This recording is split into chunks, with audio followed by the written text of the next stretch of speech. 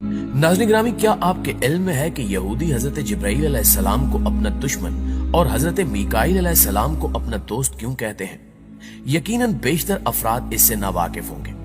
ये एक ऐसा सवाल है जिसका जवाब हर मुसलमान को आना चाहिए। यही वजह है कि आज हम आपको इस अहम सवाल का जवाब देने जा रहे हैं। आज हम आपको यहूदियों के बारे में ऐसे हकायक बताएंगे कि जिन्हें जानकर आप दंग रह जाएंगे।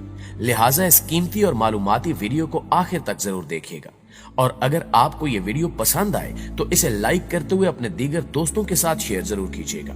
तो आइए चलकर मौजू का आगाज करते हैं। प्यारे साथियों, यहूदी कभी अल्लाह की पसंदीदा कौम हुआ करते थे, लेकिन तकब्बुर, फिरौनियत और शिर्क ने इन पर बदबख्ती की मोहर लगा दी और अल्लाह ने यहूदियों को दर्दनाक अजाब से दो चार किया। यहूदी वो लोग हैं जिन्हें उर्फ आम में बनी इसराइल भी कहा जाता है। इनका मजहब दुनिया के आम तरीन मजाहब में शामिल है। इनको बनी इसराइल इसलिए कहा जाता है कि ये हजरत याकूब के मानने वाले थे, और इसराइल हजरत याकूब अलैहिस्सलाम का लक़ब है।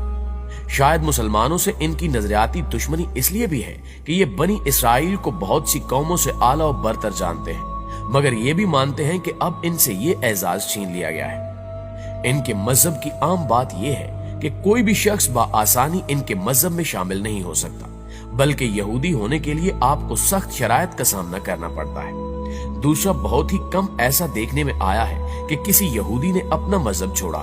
ये लोग अपने मजहब के बारे में बहुत सख्त हैं, मगर याद रहे कि ये वही कौम है जिस पर अल्लाह ताला ने सबसे ज्यादा लानत की है। इस कौम ने हजरत याह्या अलैहिस्सलाम का सर कलम करवाया था और हजरत मूसा अलैहिस्सलाम को कहा था कि वो जब तक अल्लाह को अपनी आंखों से न देख ले ईमान न लाएंगे। ये वो कौम है जिस पर अल्लाह ताला ने ना सिर्फ कुरान पाक में बल्कि इनके अपने सहीफों में भी लानत की है।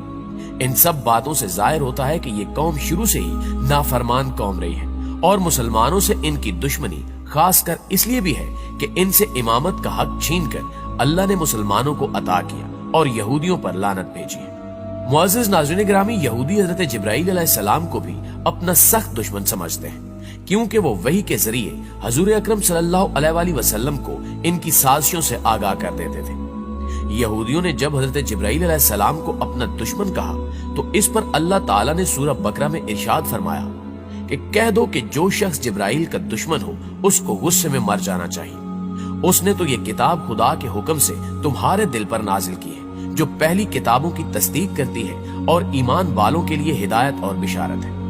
तफसीर इब्ने कसीर में इस आयत मुबारका के हवाले से लिखा है कि इमाम जाफर तुबरी रहमतुल्लाह अलैह फरमाते हैं कि जब यहूदियों ने हजरत जिब्राईल अलैहिस्सलाम को अपना दुश्मन और हजरत मीकाईल अलैहिस्सलाम को अपना दोस्त बताया था, उस वक्त उनके जवाब में ये आयत नाजिल हुई। लेकिन बाज कहते हैं कि अम्र नबूवत के बारे में जो गुफ्तगू उनकी हजूर अकरम सल्लल्लाहु अलैहि वसल्लम से हुई थी, उसमें उन्होंने हजरत जिब्राईल अलैहिस्सलाम को अपना दुश्मन कहा था। जबकि बाज का ख्याल है कि हजरत उमर बिन खिताब रजी अल्लाह ताला अन्हु से इनका जो मनाजरा हजूर सल्लल्लाहु अलैहि वसल्लम की नबूवत के बारे में हुआ था, उस वक्त यहूदियों ने हजरत जिब्राईल अलैहिस्सलाम को दुश्मन करार दिया। हजरत इब्ने अब्बास रजी अल्लाह ताला अन्हु फरमाते हैं कि यहूदियों की एक जमात रसूल मकबूल सल्लल्लाहु अलैहि वसल्लम के पास आई और कहा कि हम आपसे चंद सवाल करते हैं जिनके सही जवाब नबी के सिवा कोई और नहीं जानता। अगर आप सच्चे नबी हैं तो इनके जवाबात दीजिए।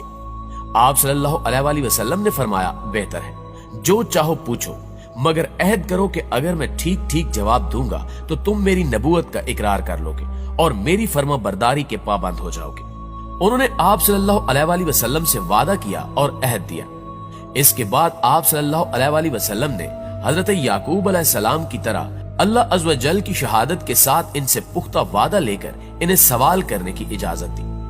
नाज़रीन ग्रामी, सही बुखारी में लिखा है कि जब यहूदियों को उनके सब सवालों के दुरुस्त जवाब मिल गए तो उन्होंने आखिर में पूछा कि अच्छा ये फरमाइए कि तौरात में जिस नबी की खबर है उसकी खास निशानी क्या है और उसके पास कौन सा फरिश्ता वही लेकर आता है।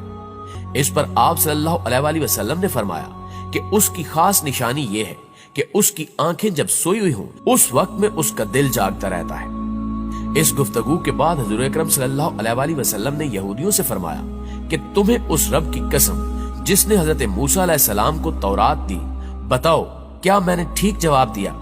सब ने कसम खाकर कहा कि आप सल्लल्लाहु अलैहि वसल्लम ने बिल्कुल सही जवाब दिया। अब हमारे इस सवाल की दूसरी शिक का जवाब भी इनायत फरमा दीजिए। इसी पर बहस का खात्मा है।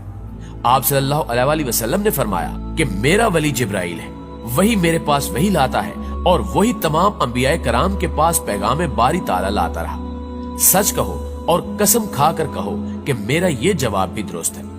यहूदियों ने कसम खाकर कहा कि जवाब तो दुरुस्त है, लेकिन चूंकि जिब्राइल हमारा दुश्मन है, वो सख्ती और खून रेजी वगैरह लेकर आता रहता है, इसलिए हम उसकी मानेंगे और न ही आपकी मानेंगे।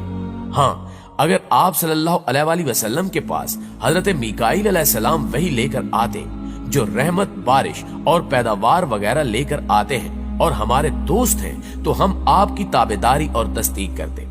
यहूदियों की किताबों में भी हजरत मीकाईल अलैहिस्सलाम के बारे में लिखा है कि कौम यहूद के लिए वो ज्यादा मोतबर फरिश्ता थे, जबकि हजरत जिब्राइल अलैहिस्सलाम यहूदियों के दुश्मन हैं। नाज़रीन ग्रामी, यहूदी शातिर और चालाक कौम है। यहूदियों का बादशाह अलेक्जेंडर भी हो गुजरा है, जिसने मुसलमानों का बेतहाशा खून बहाया।